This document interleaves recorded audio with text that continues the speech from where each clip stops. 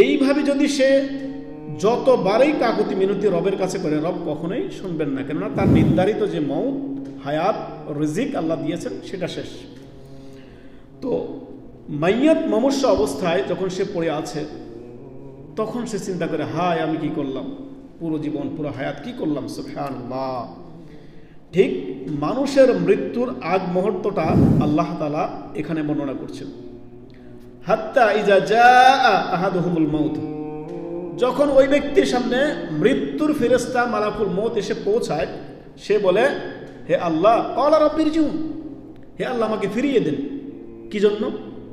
কিছু আপনার টাকা পয়সা ইনকাম করব, কিছু দুনিয়া ঘর বাড়ি করবো, অট্টালিকা করবো, না, এমনটি নয়। সে বলতেছে, আল্লাহ ফিরিয়ে দেন কি জন্য? লাআল্লি আমালু সালিহান ফীমা তারাকত। আল্লাহু আকবার। আল্লাহ আমাকে কিছুক্ষণ অবকাশ দিন, কিছু সময় আমাকে দিন, কিছু সময় ফিরিয়ে দিন, যাতে আমি কিছু সৎকর্ম করতে পারি, কিছু নেক আমল যাতে করতে পারি, সৎকর্ম করে যাতে আপনার নৈকট্যশীল বান্দাদের অন্তর্ভুক্ত হতে